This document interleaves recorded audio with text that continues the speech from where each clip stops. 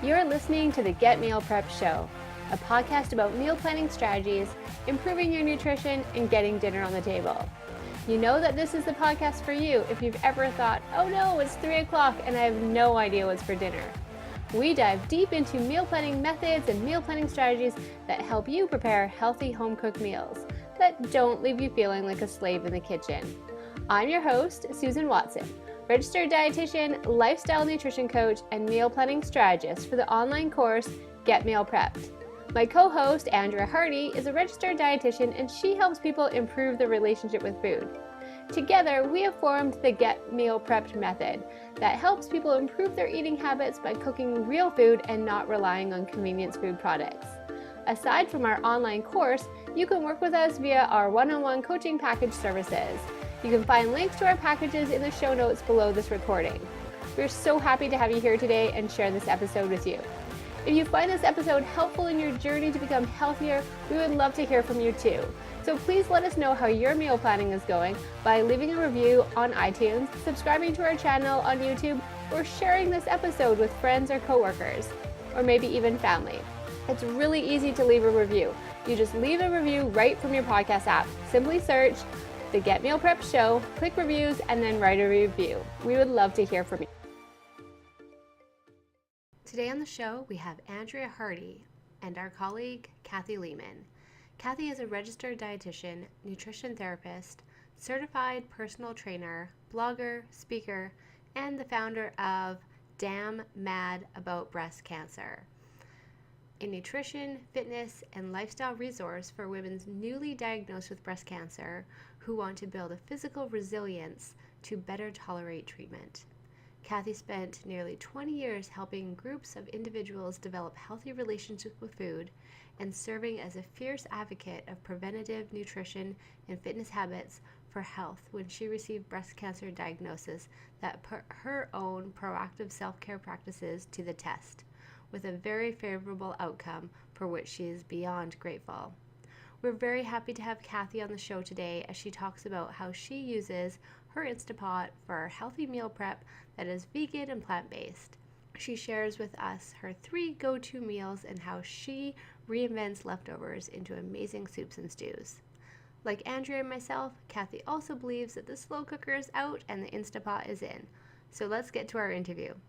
Hey Cathy, thank you so much for joining us today. Why don't you go ahead and tell me what you do as a dietitian? Sure. Thank you so much for having me, Andrea. I'm very excited about our conversation that's coming up. It's a great topic. And I am a dietitian in the Chicago area, and I am a nutrition therapist. I am a blogger, and I am a speaker. And I speak and blog and work with individuals around in the breast cancer world. So around the idea of risk reduction for either an initial diagnosis or risk reduction for risk of recurrence. And really, particularly at the time of diagnosis is where my really strong interest is in this community, the breast cancer community population, because I really am a huge advocate for women taking charge of their nutrition and their exercise at the time of diagnosis, because we have really good data that shows if you can really head into treatment from a place of physical strength and physiological strength, we have improved outcomes. And so it's not a guarantee that someone will not have any side effects or challenges with their treatment, but it does position them from a place of strength to get started. So I'm really interested in that area and really just helping women get through it in the best that they can with a lot of physical resilience. That's incredible. And I think, when you get diagnosed with something like cancer, so much of that power gets taken away from you. And it sounds like you really work to empower people to take charge of their health and wellness through the diagnostic and treatment process. So that's just great.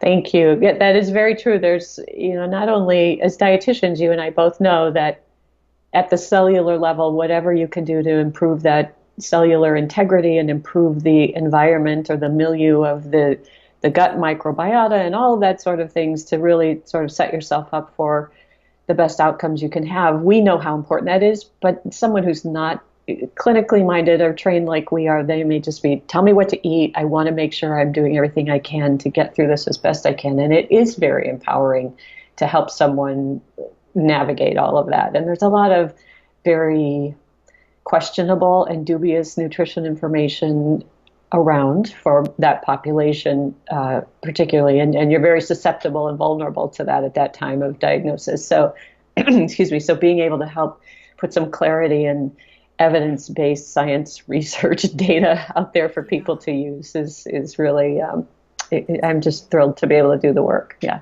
That's awesome. Thanks. So our podcast is all about meal prep and planning, and I hear you're a huge fan of the Instant Pot, and I know Susan's a big fan. I just got an Instant Pot, so I'm really excited to hear about how you use the Instant Pot personally and how you use it to help your clients when meal planning. I am a huge fan. I'm a little bit of a crazy, rabid fan about the Instant Pot. And it's so funny when Susan and I connected about doing this podcast, and I was thinking how many people I have talked to about the Instant Pot, and they have gone out and actually purchased one. So I should work for Instant Pot, or somehow I should I should somehow be able to cash in on that. But yeah, I'm a huge, huge, huge fan. And so this will be fun to talk about that. Yeah, it's funny, but I joke, my mom listened to Susan's Instant Pot podcast we did, and then went out at Christmas and bought 3. So, oh my goodness. Yes, one for everybody. Okay, that's great. Well, whoever received those, were you one of them? Is that how you got? I was, yes. Oh, yeah. So aren't you lucky? I'm new to Instant Pot, and Susan's really helped me out, and so I'm really excited to see, what your experience with it, being also a rabid Instant Pot fan, what that's like. So, sure. So what were your first thoughts of the Instant Pot when it came out on the market? I did not hear about it when it first came out on the market, so I had no thoughts.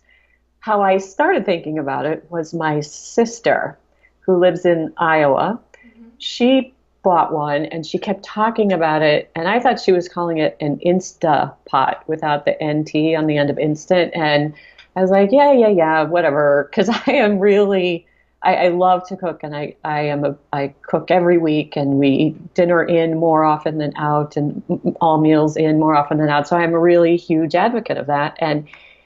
But I'm really particular about what gadgets or pieces of equipment I bring into my kitchen, because you have limited storage space, and I often find is a gadget or some sort of kitchen equipment, it may do one thing and one thing only, and to me that's not as efficient as I would like something to be. A coffee pot is a different example, but you can make tea with a coffee pot, so I give that 2 things. Right. But so I was thinking, oh, this is probably something that's not very versatile, and I just sort of brushed it off. So I didn't really know about it until my sister would not stop talking about it, and then I heard some of my dietitian colleagues start to talk about it, and then I kind of tuned in a little bit more. Yeah, and when did you get one, or how long have you had one for?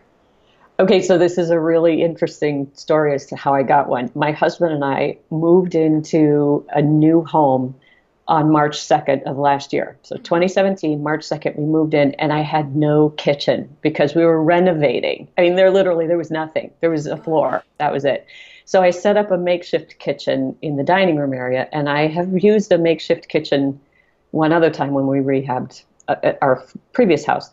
But this was about 6 weeks I was going to be with no kitchen, and I had cooked a lot in advance and had thrown things in the freezer, and so I had some things, but those weren't going to last us the entire 6 weeks. Right. And that was when I thought, you know what, it's electric. I think I'm going to check this out online and learn more about it, and that's how I ended up purchasing one. So that I could actually cook while I had no kitchen. Yeah. And it was also your only option. So it's either cook in the Instant Pot or pull something out of the freezer. So it probably forced you to learn how to use it too really quick. Yeah, that's exactly right. I looked at a few things online, and then I thought, okay, I can do this, and then listened to my sister, and I'm like, all right, I'm going to get one. And wow, it was a lifesaver. And I'll tell you, what I didn't mention when we were talking earlier about what I do as a dietitian, I am a breast cancer survivor, relatively new. And So the reason I say that is because it is so fresh in my mind, and the idea of keeping my recurrence risk low is of top importance. And so I ate healthy before my diagnosis, but now it's sort of like on turbocharged. So if you can imagine, I'm not, in my mind, I didn't want to spend 6 weeks eating out at restaurants where I'm not really comfortable with having my nutrition be as high level as I would like it to be. So I'm preparing a quote unquote anti-cancer risk reduction diet for 6 weeks with the Instant Pot. And that was and the other, my Vitamix, which I couldn't find, it was packed somewhere. So I bought a NutriBullet. But with those pieces of equipment, I was able to do that. And yeah, that was really important. So it helped me do that beautifully. And it's awesome to see that, people think they're going to buy a piece of equipment like the Instant Pot and maybe use it once in a while, but this really shows through life experience that, hey, you can basically do everything in the Instant Pot. Absolutely. So, do you feel then that everybody should have an electric pressure cooker or a pressure cooker of some sort? Do you think it's like one of those appliances, kind of like a coffee machine, where it's super valuable to have around? I really do, particularly with the speed that it cooks things. I mean, that's everyone. I don't want to say everyone because I hate to make broad generalizations, but I know with my client base and just being in the field for so long, I know that's one of the challenges for people to cook at home is I don't have time or I don't want to take the time, and I understand that. So something that makes it quicker and easier. I mean, it's really quick. It's astonishingly quick. Yeah, So yeah. I cooked I think it was a shoulder of pork for pulled pork from frozen in 80 minutes to like shredded nice pulled pork the other night, and it was awesome. That's I forgot amazing. to take it out of the freezer, and I was like, oh, dinner's got to be on the table. It's 4 p.m. Let's go. So you knew that had you cooked something frozen before, or I you just thought, let hadn't. me just try it? I was winging it, totally winging it. I love it. But I it love it. worked. It worked. Yeah. Yeah. Brilliant. Yeah. So, is it just you and your husband that you're cooking for with the Instant Pot? Do you find it works well with two people to prep recipes for that? Yes. It's just the two of us. It is great for that because I don't cook just for one meal. I don't make one dish for one meal. I make it with the intention of having leftovers or planned overs, as you call them, because I love that we can just heat things up. And yeah, and I love that it gives you the capacity to make, larger quantities if you want to do that. Yeah, I think sometimes people hold the perception that as dietitians, we are in the kitchen every single day. But the fact of the matter is we're busy and I don't want to cook every day. So yeah, planned leftovers are a big part of our house too. Yeah, for sure.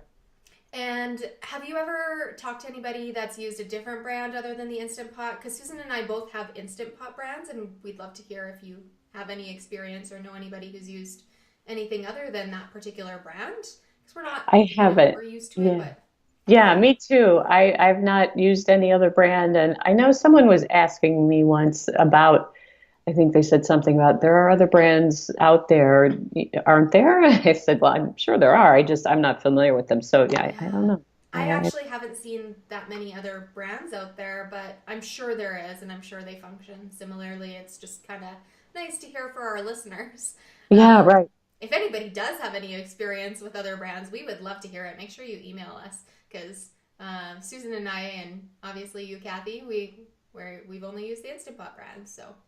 Well, and I think I've seen, I mean, it just seems like other things that come on the market once the popularity of it is seen by other companies who produce that sort of equipment. They're like, oh, we need to make something like that. So then there's the copycat and the other version. So yeah, but. So getting back to the Instant Pot and things that you cook, what are your top 3 go-to recipes or meal ideas that you use in the Instant Pot? Because we're always looking for inspiration. Right. So another piece of info about me is I and my husband, we both eat a vegan diet. And so I don't cook anything with meat or chicken, obviously, and nothing wrong with that. I think it's really cool that you were able to cook that roast. That's just not how I cook or we eat. So given that, everything I make is obviously plant-based. And so my 3 favorite things. So I make soup like crazy. And what I love about the Instant Pot over my slow cooker, which I actually gave away after I got an Instant Pot, is that you can saute and then, do the next step, and all in the same piece of equipment. So I am a huge fan of soup, and I make soups just sort of randomly, either throwing in whatever I have in the kitchen, or I like to turn things that have existed as a different recipe into a soup. For instance, like a bean dip, or I have a beautiful roasted eggplant dip that if I have any of that left over, I puree it and add maybe, like I had a half of a acorn squash left over and some of that dip, and I pureed it all together and threw it in the Instant Pot with sauteed onions and garlic and vegetable broth, and it was astonishing. So any kind of soup, I'm a huge experimenter with that. That's And then great. The use and of leftovers too, or stuff that's kind of just kicking around in your fridge. A yeah, creative way to use up those extra veggies is in a soup in the Instant Pot. absolutely. And it always turns out. I mean, you just really, um, there's kind of a funny story with that. When we were renovating the kitchen, we were close to the end, and I was able to use the Instant Pot in the kitchen, but not everything was quite functioning yet. But I started using it in the actual kitchen versus my makeshift dining room kitchen.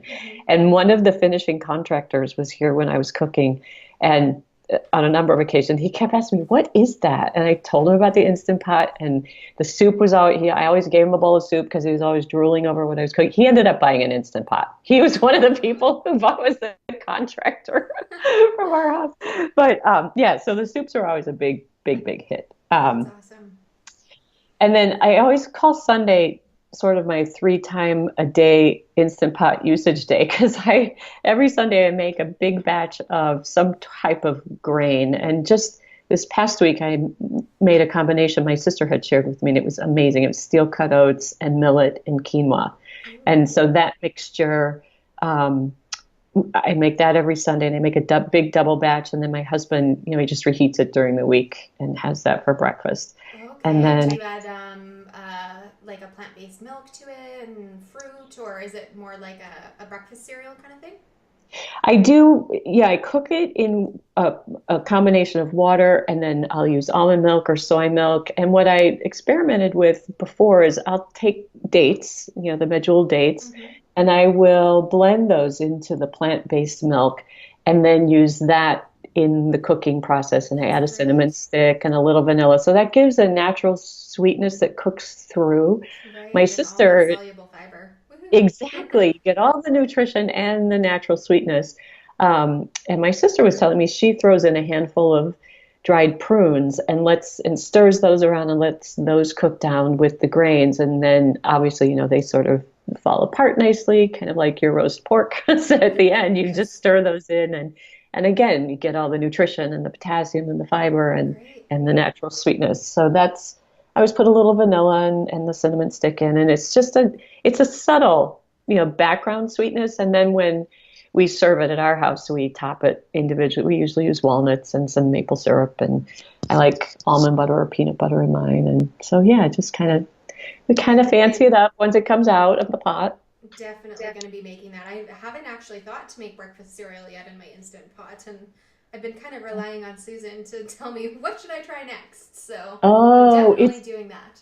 Yeah, and it's so, how weekends are a little bit different, so your schedule is a little bit more lenient. And this is my favorite thing. I'm such a huge multitasker. I will put the breakfast, whether it's just the steel cut oats on their own or this combination I just shared with you, I'll put it on and I'll go out for a run or a walk or whatever I'm doing in the morning on a Sunday. And when I come back, it's ready. And I just, it's amazing. It's like my own in-house cook waiting for me. So then you could, how it holds it. So it holds it at the nice temperature so that it doesn't overcook it or it doesn't get dry. Yeah. And then the leftovers or planned overs from that morning cooked breakfast cereal is so amazing during the week. Again, my husband just reheats it and it lasts the whole week, and you don't even have to think about it. So it makes it easier. Any other go-to recipes that you want to share? Well, the other thing I typically make on a Sunday is I'll start the day using it for the breakfast cereal, and then I'll make a soup at some point, and then I typically cook up a batch of sweet potatoes. Oh, awesome. And That's so easy. When I first did that, I love the programmable feature as well. And I tried that initially with sweet potatoes, and I was just blown away by how quickly it happened and how beautifully they're cooked. So I'll cook up, typically four of those, and then throw those in the refrigerator, and those last us the week. And you reheat those as well. And you can blend those into soups. You can put those in your oatmeal. So it's Yeah, just, yeah. So those that's those are good. my three. Those are my Go-tos. three consistents, I would say. Awesome. And so then do you use the programmable settings a lot or do you go with instinct? Because I know a lot of people struggle to understand how the Instant Pot works. And even for me, I was like, well, I don't know what I'm doing, but I'm confident enough to wing it. But sometimes that holds people back from even trying. Um, Yeah. do you use the programmable settings or do you just kind of set your own time? I am more of a programmable girl Yes. when I first started using it because I'm not an instinctual, anything electronic. I'm just like, no, no, or technical. I have to have the directions. But for me, once I went through it, now I can kind of wing it. If it's a setting I haven't used before, I always check the reference book just to make sure I have a frame of reference for time, Mm-hmm. cooking time but it's really, I think it becomes pretty intuitive. I just double check when it's things like beans, dried beans or legumes, because I want to make sure they're done and then I don't want to make sure they're overdone. So I kind of second guess myself on the time sometimes, but Mm-hmm. that's, Have you ever had any big Instant Pot fails? huh. One time I had beans that needed to do another go round. I cooked them, I think they were Great Northern beans, and I cooked them for about 25 minutes, I think, and they needed maybe a, a little bit more time. And I feel like that was because I didn't add quite enough water. So I loaded it, added more water in and then set it for maybe 5 minutes more, and then they were done. Oh, But perfect. So nothing it wasn't a big really, mess up. It was just like, mm-mm. okay, I learned. Yeah, nothing really, no, nothing failure wise. Mm-hmm. Yeah, I yeah. haven't had any failures. Just a couple of times where I've undercooked a couple things, and I'm like, okay, well, that's easy. I'll just turn it on an extra five.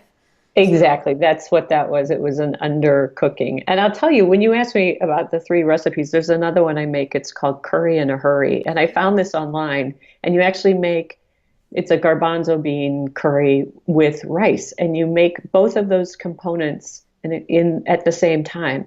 And wow. the first time I made that, I was when my Instant Pot was new to me. And I was following the instructions very clearly. And I was always a little hesitant. I'm like, this cannot possibly work, but it did. And I had seen it work on YouTube. So, of course, that means it will work in real life, right? But even with that, I think it's really difficult to have a fail. I mean, I'm sure that'll happen at some point, but it's really pretty forgiving, I feel like. Yeah, that's awesome. That's really good to know. I'm gonna have to grab that recipe, or we'll put it in the show notes, anyways. Yeah, for sure. So Susan wanted to know is since she can't be here today, she's promoted Instant Pot for a while now, and some people have told them that they bought it, but it's still sitting a box. What would you say to somebody who hasn't pulled their Instant Pot out of the box yet? I love this question because my sister-in-law, I actually just had this conversation with her last Sunday. That's too funny. She bought one after I kept raving about it. And she says, I asked her, have you used it yet? Have you used it yet? And she says to me, no, because it scares me. And So she if you've hasn't. seen an old fashioned pressure cooker, perhaps, I don't know, I remember those things like letting off crazy steam and like my Yeah, parents being like, stand back, we're going to yeah, run this under cold water and hope for the best. So, yeah.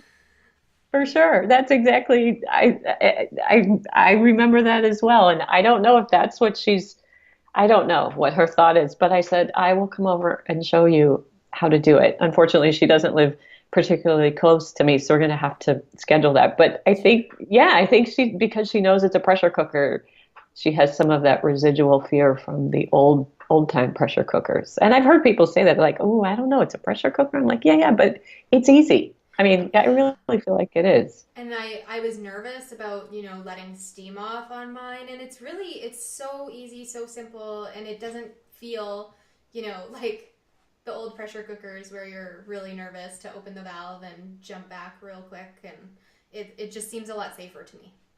Yeah, I think there's a safety feature built in that you can't open it until Oh it's yeah. the pressure's gone. And I did have one time though, I remember now that you're saying that, when I let the pressure out, again, I believe it was when I was cooking beans, and it was really a lot of pressure. And I thought, well, let me just let it run. And so the steam was really billowing out of the top, and there was the liquid that comes, that collects in the little back. Whatever that little liquid collector piece is on the back there, it overflowed because Oh there was wow. so much fluid coming from that. Yeah, so I don't know. It was just it was really messy, but it was, I don't know. I'm kind of cautious when I use the quick release because I've noticed that depending on what you're cooking, some things let off more steam than others. For So sure. I had assumed yeah, with the beans, with the foaming and yeah. that liquid, it would, yeah, be that starchy, sticky, messy liquid. hmm Yes, it was. It was. To finish it off, what do you think is the biggest misconception with the Instant Pot? Have you run into any client questions or surprises there with using the Instant Pot? I have one client who purchased an Instant Pot after we talked about it, loves it, and hasn't really. I think the first time this client used it, he said he made the oatmeal and he's like, it didn't really turn out. And I'm not really sure what that meant because we kind of jumped to another topic, but I think it was just kind of, his first time experience. And now he's very comfortable with it and really, really loves it. But I think probably just the misconception for people is what you and I were just talking about, how they're nervous about it. Or I would say the second thing is that it's so big and takes up a lot of space, which it does take space. I mean, if you had a really teeny tiny kitchen, you'd have to find a great spot for it and maybe on your counter. But again, it's something you use so regularly that for me, that wouldn't be a deal breaker. Yeah, yeah. That was my biggest concern was the space, but I am with you in the fact that my slow cooker is being given away Yeah, because this thing can saute and slow cook and pressure cook. So why do right, I need a right. slow cooker? Exactly, because those are then two big pieces of equipment that you really don't need. That one only does things, and and I think too the Instant Pot, it cleans up so nicely that Compared to the slow cooker with the hmm ceramic. Oh my gosh. hmm it's really, I mean, no matter how much, even if I get a little overzealous with the heat on some of the vegetables or something where it's a little scorchy, it just cleans up really easily. And yeah, so I don't think. I don't know. I think it's one of those things that you really sort of have to try it and then see how great it is, and just be open to trying all kinds of things. I've never tried the rice function, and I need to do that. I think there's another. I've never made yogurt in it, but I would have to do plant-based yogurt. But I think that would be fun to try. Yeah, absolutely. I totally agree. I haven't done yogurt yet. Rice turned out great for me. Yeah. Um, but I gotta try beans. I haven't done my beans yet. So Oh, it's amazing how it cooks beans. It's so fast. I mean, you don't even have to soak them. that's It, awesome. I'm really yeah, looking forward to that because I have so many dry beans in my pantry that I put off doing because of the planning piece. I'm a last minute kind of exactly. girl. So Yeah, and that's why this is perfect for the last minute multitaskers. I feel like yes. Awesome. it's perfect for that. Yeah. Well, Cathy, thank you so much for coming on to the Get Meal Prepped podcast today. We really appreciate your time and your expertise. If you Oh, guys, you're welcome. yeah, we're really excited to have you and we love what you're doing. Can you tell the listeners where they can find you? Absolutely. I am findable on my website, which is Damn Mad About Breast Cancer, and I'll spell it for you. DAMMAD about breastcancer.com. That's awesome. What a great resource. Thank you again so much, Cathy. Please see the show notes below for all the links to the recipes that we talked about. And we will see you all in the next podcast. Thanks, Andrea. It was a lot of fun. I Bye. appreciate it.